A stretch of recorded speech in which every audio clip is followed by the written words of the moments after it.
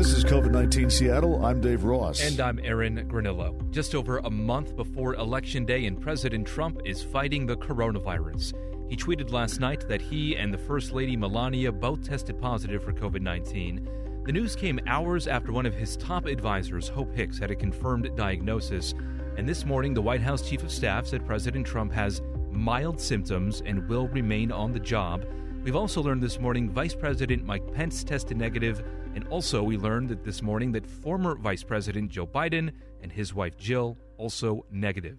So much more to discuss, but first, Dave, your initial reaction to this news. Well, I knew the president wanted to present a defiant image in public, but based on the taped interview with Bob Woodward showing that he knew how dangerous this virus was, I guess he really believed himself. He started to believe his public image over the private information that he was getting from the experts. So who knew he was a method actor, right?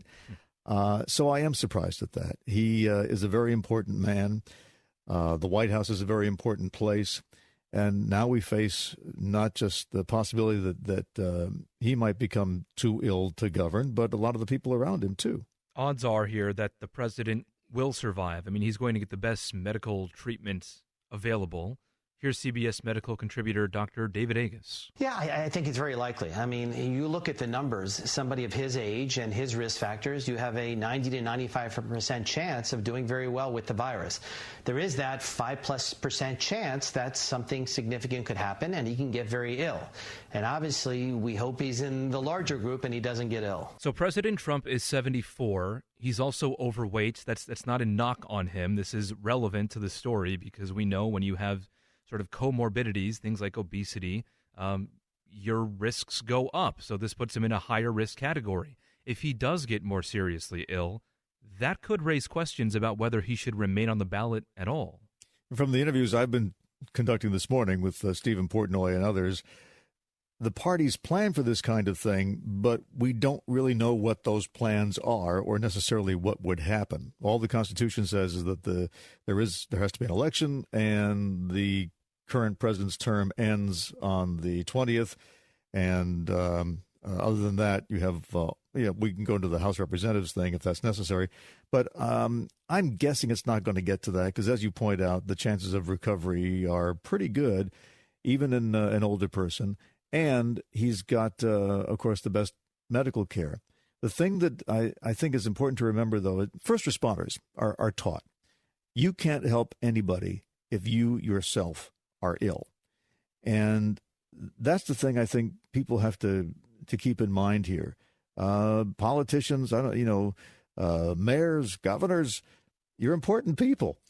Do what it takes to protect yourself. And again, I understand the need to want to present a strong image in public. But what I was hearing from both Margaret Brennan and Stephen Portnoy this morning was that even the staff around the White House, when they're not on camera, they weren't wearing masks. And that just seems like a bad idea to me. And again, this diagnosis just puts the pandemic front and center in the election race now. The president has all along, he's been trying to put the focus on other issues, things like violence in other cities, the Supreme Court nominee, mail-in ballots. What impacts could this have now on the outcome of the election, if anything? Well, I don't know, but it pushes everything else below the fold, doesn't it? Yeah. We were looking for an October surprise, and I guess we got one.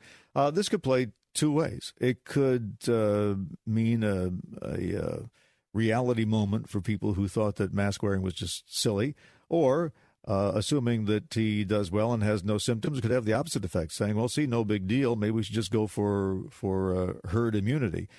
I doubt that it's going to change the commitment of his core supporters. I actually, listening to Larry Sabato this morning, it may not change many minds at all. I would like to think that it helps bring us together. I saw a lot of thoughts and prayers type of tweets from people who would be his erstwhile political enemies. But, of course, social media being social media, there are also comments that were really nasty, which I will not repeat.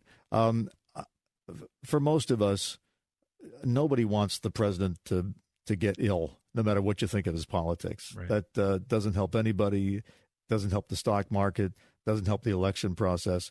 So I'm crossing my fingers that either the test was wrong or he remains without any serious symptoms. However, this does present Democrats with a political opportunity. Let's talk about some of the political implications, because this diagnosis now flies in the face of all of the White House talking points about the president's handling of the pandemic, does it not? I mean, the president, he loses credibility with this now. The perception becomes that if he can't keep himself from contracting the virus, how does he keep the nation safe? I mean, the slogan kind of writes itself now for the Biden campaign. I suppose, but do you pin it on the president? I had a tweet this morning from somebody I correspond with who's a big supporter of the president. It says the responsibility for keeping yourself healthy is with you. You don't need role models. You don't need the president to tell you. And certainly now, I mean, he's got a point. At this point, the current events are telling you what the right thing is to do. So the president can come back and say masks are garbage, but maybe just his own experience will help people who are on the fence say, okay, it's inconvenient, but I don't want to be laid up if I don't have to be, and so I'll wear the mask. How should the Biden-Harris camp move forward? We're going to hear from Kamala Harris next week because she is set to debate Vice President Mike Pence. How do they frame the president's diagnosis? I think they should ignore it. It speaks for itself. And if they start saying, I told you so, boy, how dumb is he, I think that backfires on them. There's plenty of stuff to talk about without this. This sends a message all on its own, and personally, I don't think it would be very classy for them to pile on. Mm-hmm. I will say this, it pushed those tax returns off the front page.